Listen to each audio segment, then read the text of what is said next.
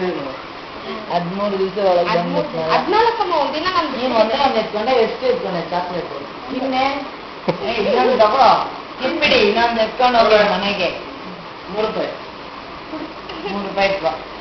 100 ರೂಪಾಯಿ 10 ಪೈಸೆ ಅಲ್ಲಿ ತೋರಿದ್ಯಾ ಕೊಡ್ತೀಯಾ